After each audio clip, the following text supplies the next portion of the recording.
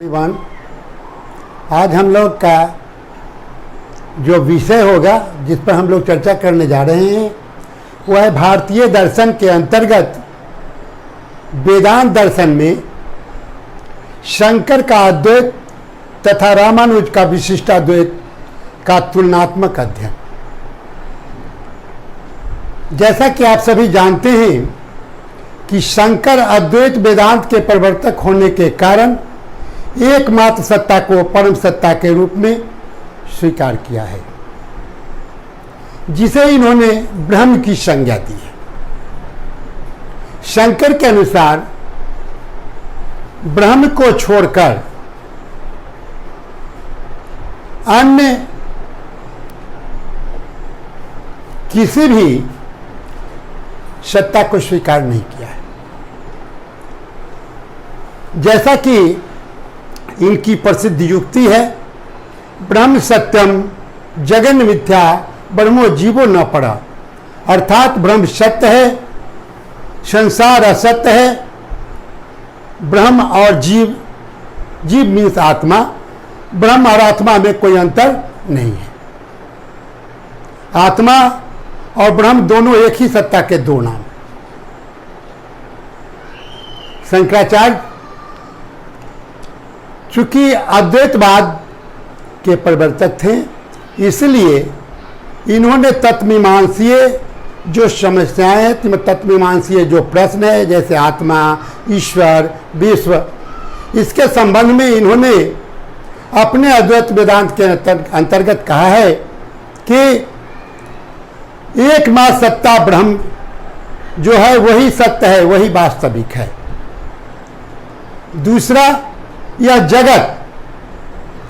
जगत को इन्होंने मिथ्या कहा है, असत्य कहा है, कहा कि यह असत्य है, मिथ्या है, अवास्तविक। तीसरा प्रश्न, आत्मा। शंकराचार्य ने कहा कि आत्मा और ब्रह्म दोनों एक ही सत्ता के दो नाम है, ब्रह्मो जीवो न पड़, ब्रह्म और आत्मा में कोई अंतर नहीं है। तत्वमीमांसा का एक महत्वपूर्ण प्रश्न, ईश्वर। शंकराचार्य ने अपने अद्वैतवाद के अंतर्गत जगत के साथ साथ ही जगत का सृष्टिकर्ता, पालनकर्ता और संहारकर्ता के रूप में जो ईश्वर को स्वीकार किया गया, उसे भी इन्होंने मिथ्या कहा। शंकराचार्य ने कहा कि चूंकि यह जगत मिथ्या है, इसलिए इसको बनाने वाला जो ईश्वर है वह भी मिथ्या है। इस प्रकार से शंकराचार्य ने तत्वमीमांसा के अंतर्गत जो महत्वपूर्ण प्रश्न है, जैसे आत्मा, ईश्वर, विश्व, इन सभी को एक साथ समेटने का प्रयास किया। जैसा कि आपने अभी देखा कि जगत को इन्होंने मिथ्या कहा, जगत के साथ साथ जगत का सृष्टिकर्ता, पालनकर्ता और संहारकर्ता जो ईश्वर है उसे भी इन्होंने मिथ्या कहा कि व्यवहारिक रूप में वह सत्य है, किंतु परमार्थिक रूप से ईश्वर भी असत्य है। अब रही बात आत्मा की, तो उन्होंने कहा कि ब्रह्मो जीवो न पड़, ब्रह्म और जीव में, ब्रह्म और आत्मा में कोई अंतर नहीं, दोनों एक ही सत्ता के दो नाम है। अज्ञानतावश हम इसे उससे अलग समझ लेते, ब्रह्म से अपने को अलग समझ लेते। जब ब्रह्म ज्ञान की प्राप्ति होती है तब हमें यह ज्ञान होता है, अहम ब्रह्मास्मि, मैं ही ब्रह्म हूं, तब त्वमसि, तुम वही हो, इट मीन कि तुम ही ब्रह्म। इस प्रकार से शंकराचार्य ने अपने अद्वैत वेदांत के अंतर्गत ओ मीन्स न, दो नहीं, इट मीन्स एक, शंकराचार्य ने परम सत्ता को एकमात्र सत्ता के रूप में स्वीकार किया। और इस प्रकार से आपने देखा कि इन्होंने अपने दर्शन के अंतर्गत अद्वैतवाद का प्रतिपादन किया। वहीं दूसरी ओर रामानुज शंकर के इस विचार से सहमत नहीं है। रामानुज के दर्शन को विशिष्टाद्वैत की संज्ञा दी गई है। यह विशिष्टाद्वैत है क्या?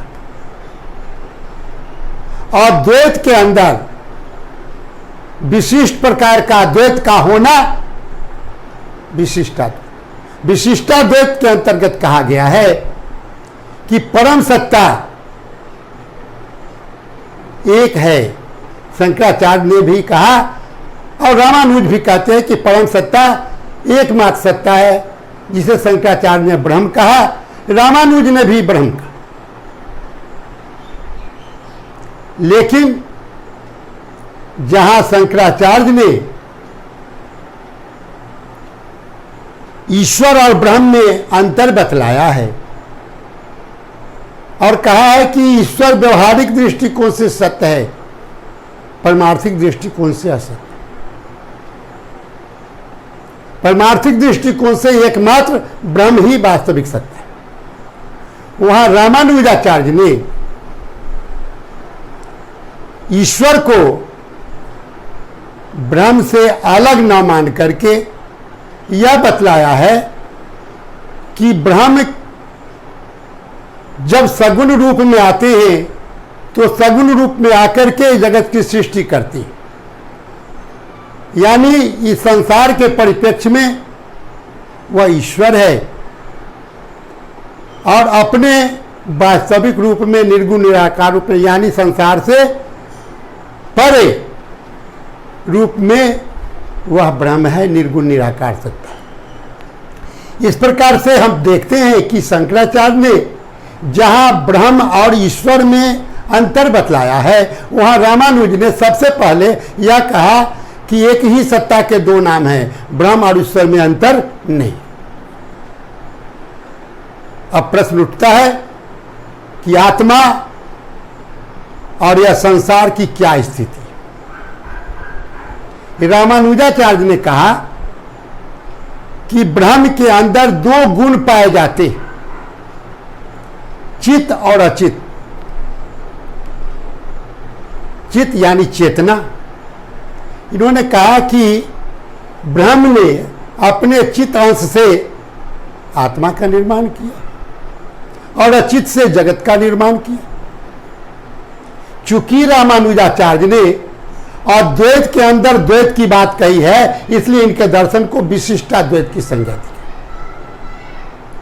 रामानुज ने स्पष्टतः यह कहा है कि चूंकि यह संसार ब्रह्म का अंश है, इसलिए यह भी अवास्तविक नहीं है, जैसा कि शंकराचार्य ने कहा।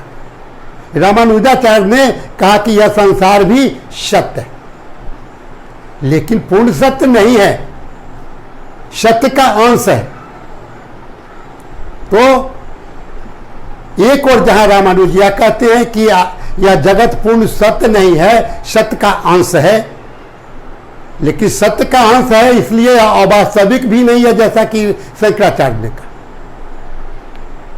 दूसरी ओर आत्मा के संबंध में जहां शंकराचार्य ने कहा कि जीवो ब्रह्मो जीवो न परा, ब्रह्म और जीव में कोई अंतर नहीं है, दोनों एक ही सत्ता के दो नाम हैं, वहां रामानुज का कहना है कि यह भी ब्रह्म का अंश है, इसलिए सत्य है, अवश्य सत्य है, लेकिन यह ब्रह्म नहीं है, ब्रह्म का अंश है।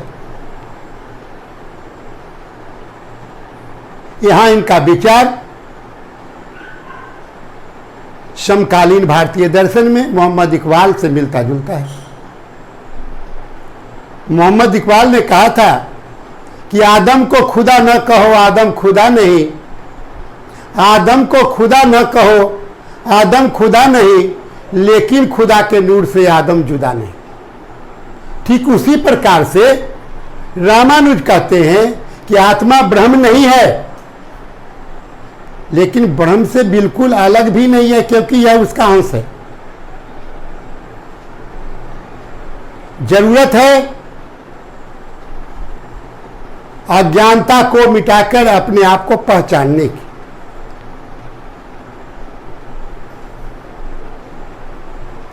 यही कारण है कि शंकर के दर्शन को अद्वैतवाद और रामानुज के दर्शन को विशिष्टाद्वैतवाद की संज्ञा दी गई। शंकर, जैसा कि आपने अभी अभी देखा कि परम सत्ता को ब्रह्म कहा और ब्रह्म को निर्गुण निराकार सत्ता के रूप में स्वीकार किया। कहा कि ब्रह्म जो है वह बिल्कुल निराकार है, निर्गुण है, उसमें किसी प्रकार के गुण नहीं पाए जाते हैं, उसकी व्याख्या भावात्मक रूप से नहीं की जा सकती है, उसकी व्याख्या नेति नेति कहकर की जा सकती है, यही नहीं। इस प्रकार से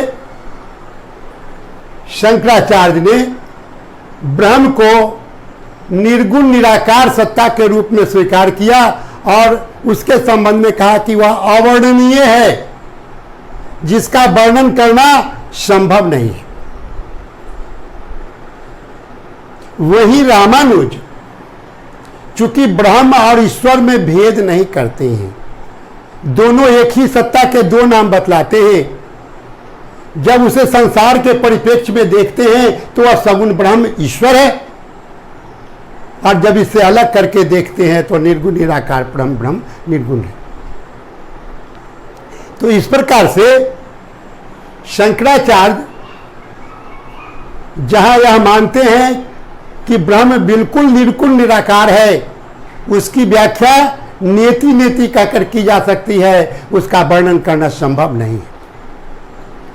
वही रामानुज चूंकि ब्रह्म को और ईश्वर को दो नहीं मान करके एक ही माना है, एक ही सत्ता के दो नाम बतलाया है, इसलिए साकार रूप में सगुण रूप में जो ब्रह्म है उसमें सभी प्रकार के गुण पाए जाते हैं। दया, क्षमा, सहानुभूति, स्वयंभू, सर्वशक्तिमान, ये सारे गुणों से युक्त है जो ईश्वर है। ये सारे सगुण ईश्वर का लक्षण है। तो इस प्रकार से हम यहां पाते हैं कि जहां शंकराचार्य ने परम सत्ता को निर्गुण निराकार सत्ता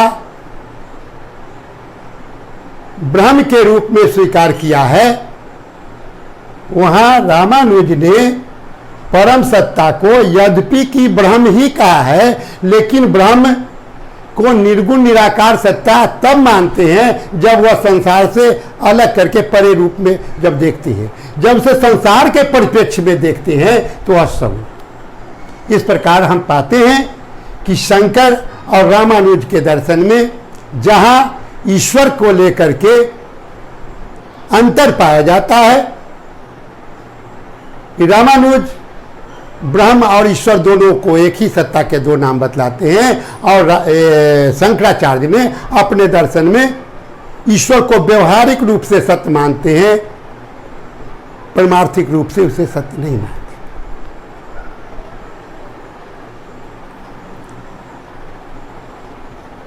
आगे जो शंकराचार्य और रामानुजाचार्य के विचारों में, यानी शंकर के अद्वैत और रामानुज के विशिष्टाद्वैत में अंतर है, वह यह है कि शंकराचार्य ने अपने ब्रह्म में किसी प्रकार का भेद नहीं बतलाया। कहा कि ब्रह्म जो है वह भेद रहित है। तीन प्रकार के भेद पाए जाते हैं, सजातीय भेद, विजातीय भेद और स्वगत भेद। समान जाति में जो भेद होता है उसे सजातीय भेद कहते हैं। जैसे राम और श्याम में अंतर, उसमें जो भेद हुआ सजातीय भेद, दोनों मनुष्य हैं। विजातीय भेद जैसे मनुष्य का जानवर के साथ भेद, और स्वगत भेद जैसे शरीर के विभिन्न अंगों के बीच भेद है, आंख, नाक, कान, जिह्वा, हाथ, पैर। तो यह हुआ स्वगत भेद, खुद अपने के अंदर जो भेद होता है उसको स्वगत भेद कहते हैं।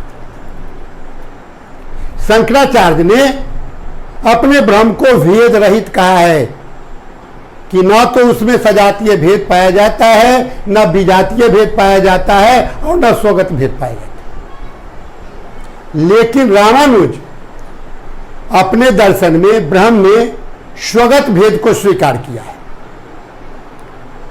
यह स्वगत भेद क्या? तो चूंकि रामानुज ने यह कहा कि ब्रह्म के अंदर दो गुण पाए जाते हैं, चित और अचित। चित्त से चेतन यानी आत्मा जीव, और अचित से संसार, दोनों की उत्पत्ति हुई है, दोनों ही ब्रह्म का अंश है, दोनों उसी से निकला है। इसलिए रामानुज ने स्वगत भेद को स्वीकार किया। ब्रह्म में दो प्रकार के भेद पाए जाते हैं, उनके अंदर दो चीजें हैं, चित और अचित।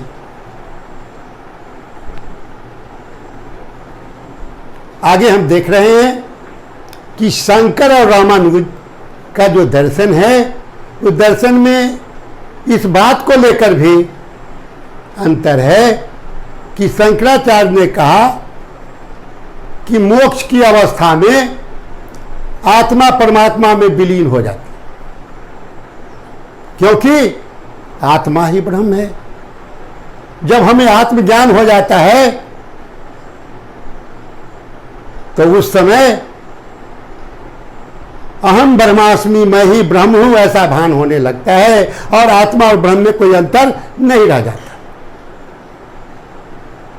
और यह जो मोक्ष की अवस्था है आत्मा का परमात्मा में मिलन की,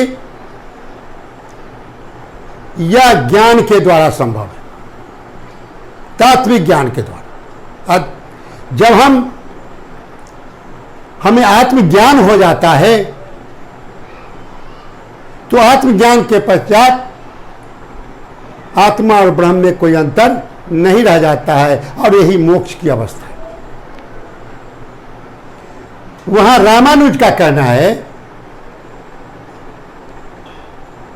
कि मोक्ष की अवस्था में आत्मा परमात्मा में विलीन नहीं हो जाता, बल्कि आत्मा परमात्मा के समीप हो जाता है, सन्निधि हो जाता है, उसके नजदीक हो जाता है, उसमें भी वह गुण आ जाता है। इस प्रकार हम पाते हैं कि जहां शंकराचार्य ने आत्मा और ब्रह्म को एक बतलाकर आराधक आराध्य के बीच जो द्वैत है वह समाप्त हो जाता है शंकर के दर्शन में, वहां रामानुजाचार्य ने अपने दर्शन में आत्मा और ब्रह्म में द्वैत को बतलाते हुए कहते हैं कि आत्मा ब्रह्म नहीं है, ब्रह्म का अंश है, और ब्रह्म का अंश होने के कारण वह ब्रह्म तक पहुंच सकता है, लेकिन ब्रह्म नहीं बन सकता। दूसरी बात यह है कि रामानुजाचार्य ने यह कहा कि यह जो मोक्ष की अवस्था है वह ईश्वर की कृपा से ही संभव है। जब तक ईश्वर की कृपा नहीं होगी आप वहां तक नहीं पहुंच सकते।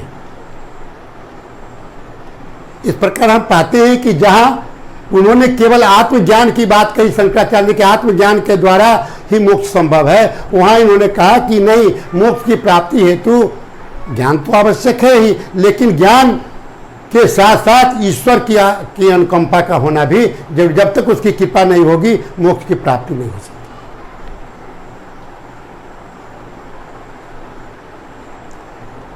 आगे शंकर का अद्वैत और रामानुजाचार्य के विशिष्टाद्वैत में जो अंतर है वह यह है कि शंकराचार्य ने ब्रह्म को विश्वातीत कहा है।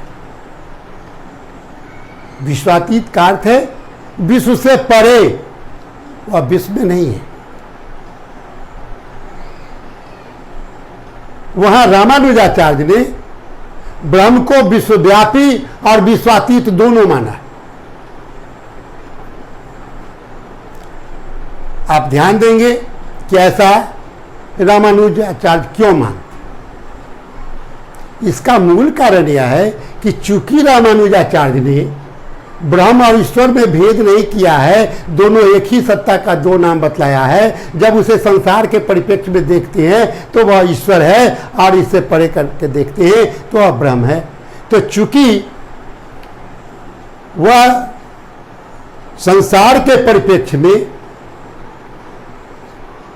जब वह संसार से जोड़ करके हम ब्रह्म को देखते हैं, तो वैसी स्थिति में ब्रह्म जो है वो विश्वव्यापी भी हो जाता है और विश्वातीत तो है ही। इस प्रकार से रामानुजाचार्य ब्रह्म को विश्वव्यापी और विश्वातीत दोनों ही मानते हैं, जबकि शंकराचार्य ने अपने ब्रह्म को केवल विश्वातीत माना है, विश्वव्यापी नहीं माना है। ईश्वर को व्यवहारिक रूप से इन्होंने सत्य बतलाया है और कहा कि जब ब्रह्म ज्ञान हो जाता है तो यह तो ज्ञान हो ही जाता है कि यह संसार मिथ्या है, असत्य है। इसके साथ साथ यह भी ज्ञान हो जाता है कि ईश्वर जो है वह भी मिथ्या है। ब्रह्म तक पहुंचने का वह सोपान है। जब हमें ब्रह्म ज्ञान यानी आत्मज्ञान की प्राप्ति हो जाती है, वैसी स्थिति में ईश्वर का कोई महत्व नहीं रह जाता है। ईश्वर का महत्व केवल ब्रह्म तक पहुंचने के सोपान के रूप में। इस प्रकार से शंकराचार्य ने अपने दर्शन के अंतर्गत जहां संसार को मिथ्या या अवास्तविक कहा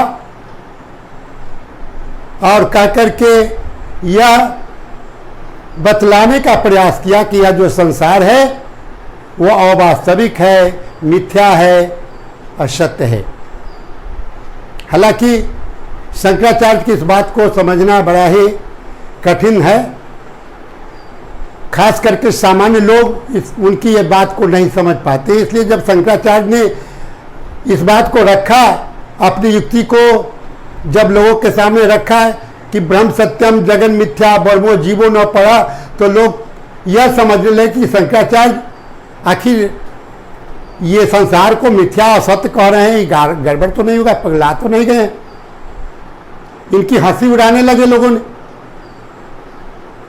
लेकिन एक बार की घटना है, जैसा कि आप सभी जानते हैं कि बनारस में जो विश्वनाथ मंदिर है उसमें यह प्रतिदिन पूजा करने के लिए जाया करते थे।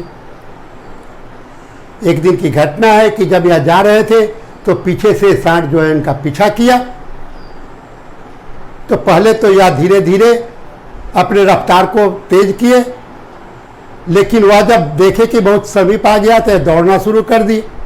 जब यह दौड़ना शुरू किए तो वहाँ जो लोग खड़े थे वह खूब हंसने लगे और कहे कि अरे शंकर, तू तो कहते हो कि जगत मिथ्या है, तो यह जो तुम भाग क्यों रहे हो, यह तो तुम्हारा कुछ बिगाड़ेगा नहीं क्योंकि तो मिथ्या है। तो शंकराचार्य ने पलटकर जवाब दिया कि अरे मूर्ख, तुम जो यह देख रहा है कि मैं भाग रहा हूं वह भी तो मिथ्या ही है। तो इस प्रकार से शंकराचार्य का कहने का जो उद्देश्य था वह यह था कि सत्य का अर्थ होता है जो था, है और रहेगा। लेकिन संसार की कोई भी वस्तु ऐसी नहीं है जो था, है और रहेगा। सारे के सारे चीज जो है वह परिवर्तनशील है, नश्वर है। इसलिए उन्होंने कहा कि यह संसार मिथ्या है। आत्मा को उन्होंने मिथ्या न कह करके आत्मा को ब्रह्म कहा, क्योंकि यही एकमात्र सत्ता है जिसका नाश नहीं होता है।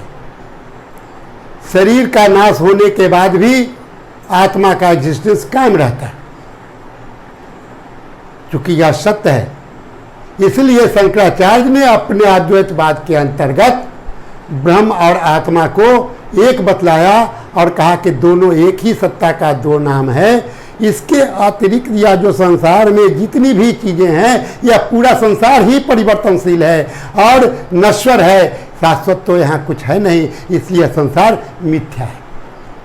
इस प्रकार से शंकराचार्य ने जगत को जहाँ मिथ्या बतलाया, वहाँ रामानुजाचार्य ने संसार को मिथ्या न बतला करके संसार को भी सत्य का अंश बतलाया। और दूसरी ओर आपने देखा कि आत्मा को भी ब्रह्म न कह करके ब्रह्म का अंश बतलाया।